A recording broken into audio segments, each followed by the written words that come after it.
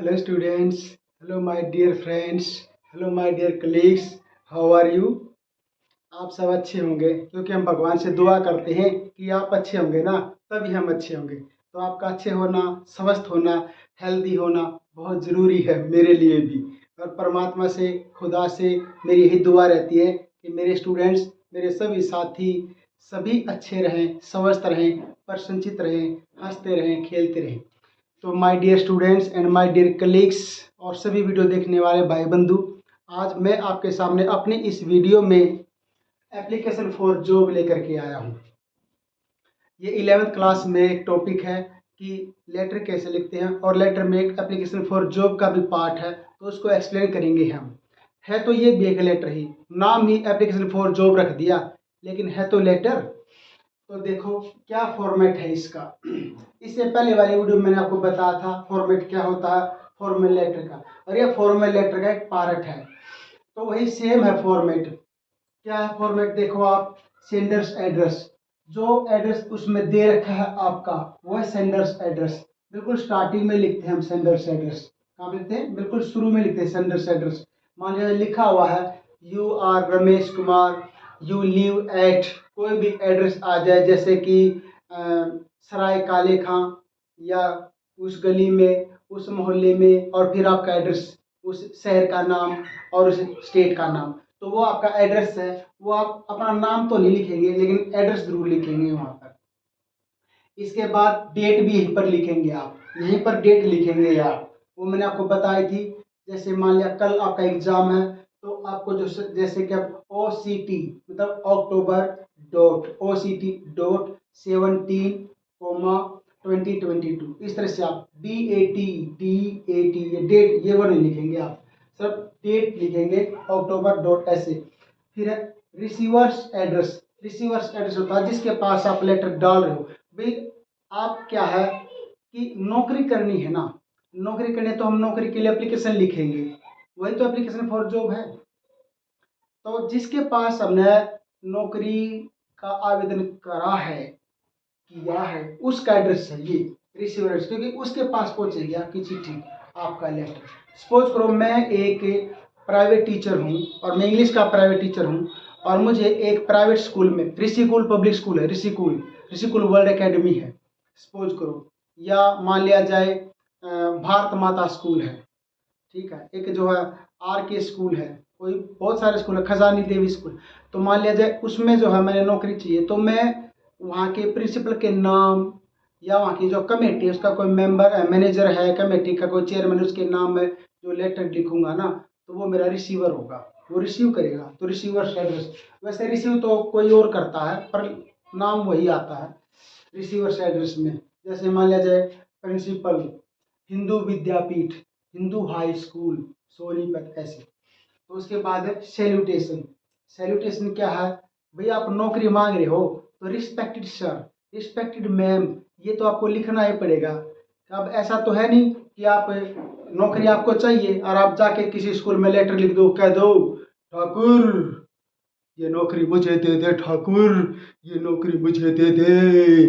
ऐसा नहीं कि गब्बर सिंह ने कहा था ठाकुर मुझे हाथ दे दे, तो ऐसे आप नौकरी थोड़ा ना मांगोगे। भाई नौकरी तो रिक्वेस्ट से मिलते हैं प्राइवेट स्कूलों में तो, या कहीं भी आप स्टेनोटाइपिस्ट हो, या आप कोई कंप्यूटर ऑपरेटर चलाने के लिए आप एप्लीकेशन डाल रहे हो, या फिर आप किसी और पोस्ट के लिए डाल रहे हो, आप कलर की पोस्ट डाल रहे हो, तो उसमें जो कि रिसेप्शनिस्ट है हॉस्पिटल वगैरह में, किसी मॉल वगैरह में, तो आप वहाँ रिक्वेस्ट के वे में ही लिखोगे एप्लीकेशन। वहाँ पे ऐसे दबंगी नहीं दिखाओगे, ये नौकरी मुझे देता है या तुझे कर दूं या तुझे बिठा दूं चाकू पेट में, ऐसे नहीं। तो आपको वहाँ पर रिस्पेक्टेड सर, रिस्पेक्टेड मैम, आपको वहाँ पे विनम्रता दिखानी है, पोलाइटनेस। सब्जेक्ट, ये हेडिंग है, यही तो है हेडिंग। भाई किस चीज़ की पोस्ट के लिए लिख रहे हो? Application for the post of क्या, stenotypist, TGT English, TGT mathematics, radiographer, या जो है आप रिसेप्शनिस्ट, जो भी पोस्ट होगी वो आपका हेडिंग बन जाएगा कि application for the post of, आगे जो उसके लिए लिखा हुआ क्वेश्चन पेपर में दिया हुआ वो। फिर है बॉडी ऑफ द लेटर।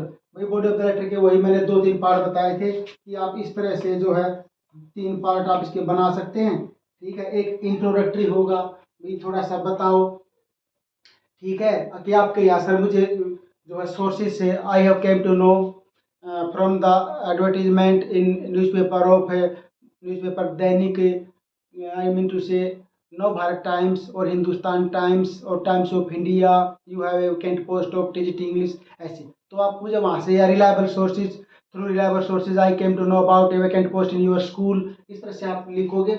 और उसके बाद जो अपने बारे में बताओगे, अपनी खूबियाँ बताओगे और यहाँ पर रिक्वेस्ट करोगे तीसरे पैरे में कि मुझे चाहिए। और देखो ये छोटा बनेगा थोड़ा सा, क्यों छोटा बनेगा, यहाँ पर आप अपने बारे में बता रहे हो, स्कूल की भी तारीफ कर देना थोड़ी सी, लेकिन छोटे से बनेगा, क्या आपने यहाँ पर बायोडाटा ऐड करना पड़ेगा। तो बायोडाटा ऐड करें, इसके भी तो वर्ड्स बढ़ेंगे ना फिर यहाँ पर।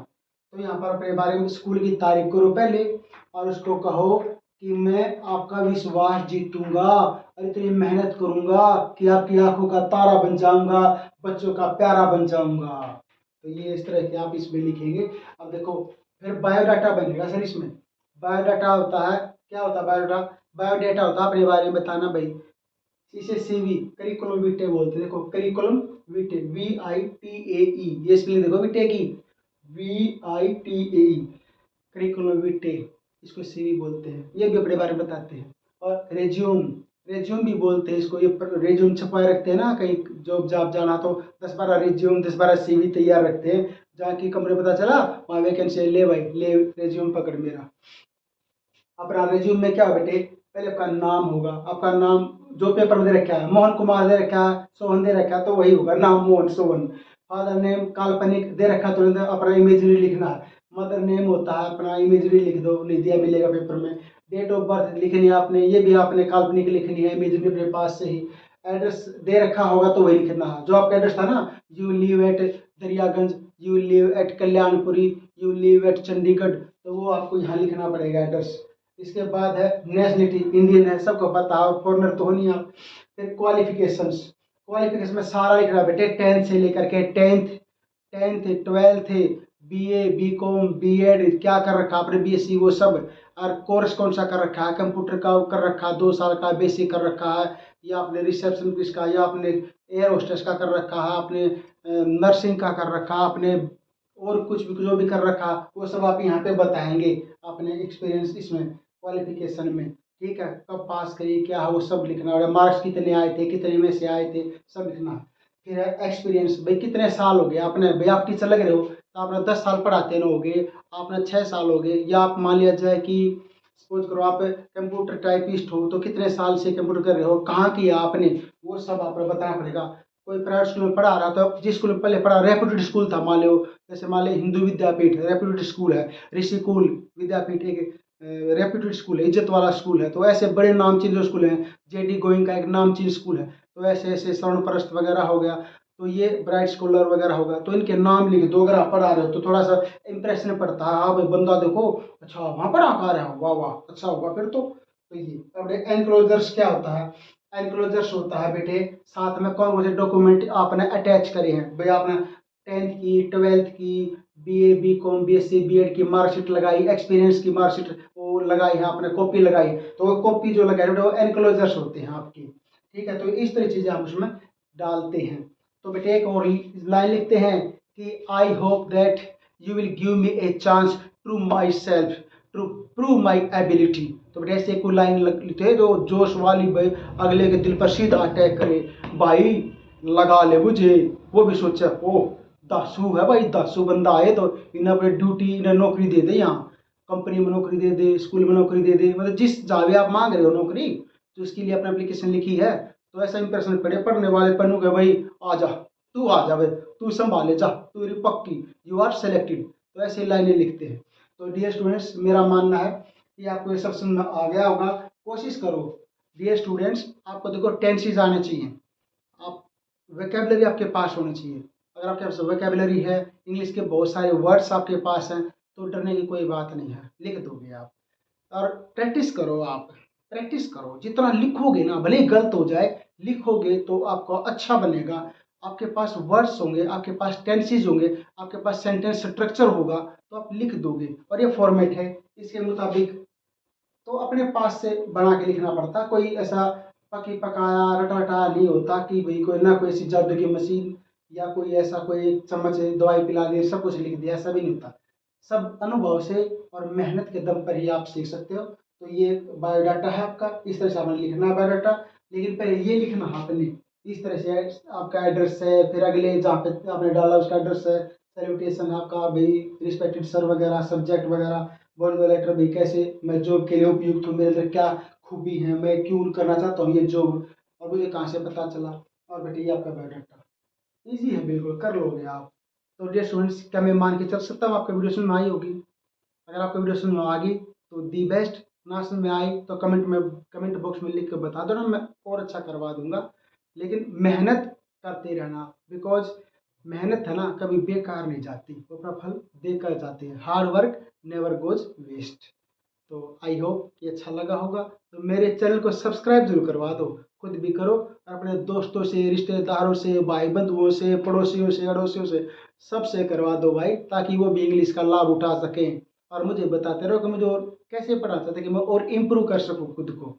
So all the best.